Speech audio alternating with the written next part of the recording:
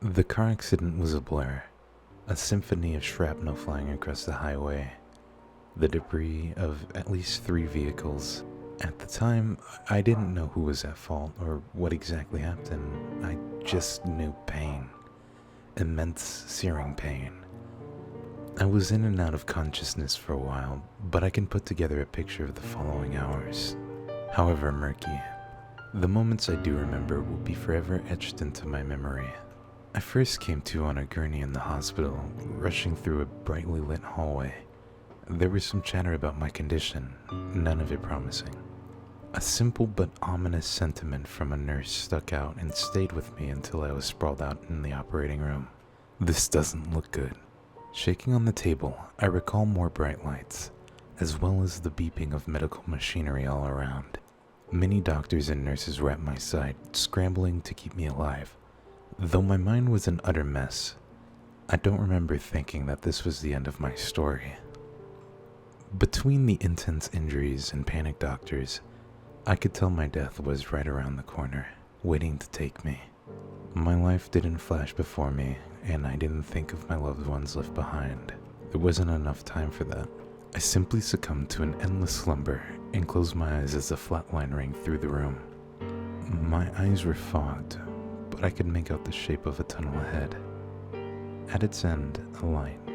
I made my way to it, cautious but curious. Eventually, I reached the glow and my vision returned. It was in a bright room. Before me, a tall, older gentleman in a white robe standing at a podium. He beckoned for me to come over and spoke with enthusiasm. "Hello, newcomer. Welcome to heaven." He gestured toward the wall behind him. There were no pearly white gates, just a minimalist red door, void of any knobs or handles. "Heaven? So I'm dead?" The man smiled. "Yes, indeed you are, but fret not, for this is heaven, a paradise of the afterlife. Would you like to enter?" I was disappointed that my life was over, but I knew it was inevitable, given the circumstances. At the very least, heaven was seemingly real, and I had been accepted in it. Yes, I would like to enter. I stepped forward, but the man placed his hand on my chest, stopping me in my tracks. "Before you can enter the world above, an offering is required." I was confused. An offering? Of what sort? The man smiled again. "We need your skin." My face sank, contorted in dismay. "My skin? But why?" "I can't provide all the details, just know that it will be too cumbersome for you on your journey. Don't worry, the removal is a mostly harmless procedure." Mostly? The man unsheathed a thin silver utensil from his robe and grabbed my forearm. He began carving, to which I pulled away. "I'm not removing your skin, that's above my pay grade. I'm just marking you for our records. I have to dig deep enough to engrave the lower layers of your muscle tissue." I reluctantly allowed him to continue. The pain was severe, but it was nothing compared to the injuries I sustained in the accident. When it was over, I looked down to see a string of unrecognizable characters along with the numbers that made up my birthday. 03/04/1991. The man then pushed the red door open and stepped aside, motioning for me to enter. I asked one more question before progressing. "Are you an angel?" The man pondered for a moment before replying. "Well, I consider myself a celestial overseer, but if that term suits you, then yes, I am an angel." He motioned again for me to enter. Though not completely satisfied with his answer, I obliged. The door was swiftly shut behind me, leaving me to survey the area on my own. It was a room similar to the previous, only void of everything other than myself. I was confused as I walked to its center. Was heaven a plain white room? Just as I was about to go back into the red room, the unthinkable happened. I was inexplicably launched upward at a tremendous velocity, like a meteor hurtling through deep space. In a matter of moments, I began burning up, a blue flame filling my field of view, then orange, then red. As my speed increased, so too did the pain. It was like I was in the hospital again, dying of irrevocable damage. What was happening? Where was I being catapulted to? My ascent continued, and with it, a deadly realization. I wasn't just burning. With great difficulty, I was able to tilt my head and gaze down at myself. My skin was peeling. I watched in horror as it left my body completely, slipping into the white abyss below. All that was left was my muscle tissue. Soon after, the flame subsided and my motion slowed. Steam surrounded me as I landed in a new location. Though experiencing an insurmountable burning sensation, I was still conscious and aware, alive, if you could even call it that. It was hard to focus on anything but the sharp sting enveloping me, but I was able to comprehend my whereabouts. It was an endless white void. Within it, a plethora of bodies scattered about. Skinless humanoid forms writhing in pain, covered only in red connective tissue, much like my own. They left blood trails as they crawled and slid across the white floor. My knees quickly gave out, and I too laid down in agony. Unable to fight the anguish any longer, I desperately crawled to the nearest individual and spoke with what little energy I had left. What is this? Is this supposed to be heaven? Why did they take our skin? The grotesque red face of a person looked at me and cried, "They wear it." A shiver danced down the length of my spine. What? Who wears it? Before I could receive a response, an electric shock filled my body and jolted me awake. I was once again in the hospital on the operating table, somehow living, albeit barely. I tried to stay afloat, but I wound up drifting away into the bliss of a painless sleep.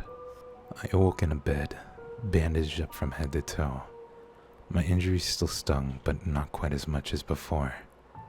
A nurse assured me I was okay, and very lucky to be alive. Recalling my experience and unable to see most of my body, I had to ask her, "My skin? Do I still have my skin?" She chuckled. "Of course you do. Some of it will be scarred, but rest assured, it's there." I sighed in relief, knowing my trip to heaven was just a strange, medicine and shock-induced nightmare. Thank goodness. It wasn't until a few weeks later, when I was finally able to go home, that I would discover something terrible about my wounds. I've told some about my near-death experience, but never the following, for fear of what conclusions might be drawn about my sanity. My first day back was peaceful. I relaxed and enjoyed my quaint life, happy it wasn't ripped away from me in an untimely manner. The next couple of nights, however, were anything but quaint. During my second night home, I woke in a fit of sleep paralysis, my bedroom soaked in darkness and warmer than usual. There, standing at the foot of my bed, dimly lit by a sliver of moonlight coming through the window, was the man from the podium in heaven. His plain, stoic expression was broken up only by the occasional grin, a malevolent smile that made my skin crawl beneath the blankets. The spike in adrenaline was not enough to break me free of my chemical restraints. I was forced to endure his presence and watch in terror as he walked to my side and spoke. It wasn't always this way, you know. His body seemed to give off an intense heat.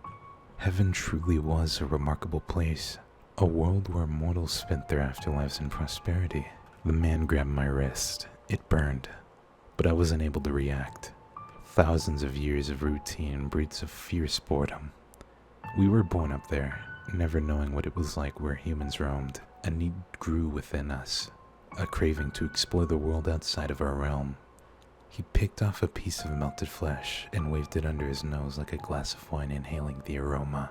Our forms don't bode well in Earth's air. Your skin is the only thing that tempers the reaction.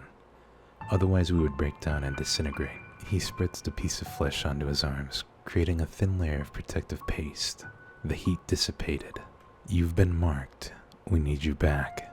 We locked eyes, his head tilting slowly in observation as I futilely attempt to scream. His face lowered to meet mine. Tremors erupted throughout my body. Still, I could not move. Then suddenly, he vanished in a puff of smoke, leaving me alone in the darkness. Once he disappeared, I was able to move again. I felt my wrist and it was fine. No missing skin. However disturbing this incident was, I knew it had to be a remnant of a dream from the hospital, a side effect of the trauma I suffered, nothing more than a reoccurring nightmare. Regardless of this explanation, I was still unable to sleep until daybreak. The next night was stranger still. After brushing my teeth and looking up at the bathroom mirror, I saw something that shook me to my core. It was me, but without skin. A horrific amalgamation of red, muscly tendons made up my facial structure. Behind me, the same man, his voice echoing off the bathroom walls. "Come back to us." I fell back into the wall behind me. The man was not there. When I looked at the mirror again, the sight I saw was a normal one. I chalked this up to being another troubling facet of my psyche, post-car crash. It was clear at this point that I was severely troubled. I started entertaining the idea of seeking professional help in the form of a psychologist. The next night, however, disproved all previous theories about my bizarre state of affairs. Upon peeling back the bandages on my arm to bathe for the first time, I saw it. There were scars and odd, unrecognizable shapes, as well as a familiar numeric sequence. 03-04-1991.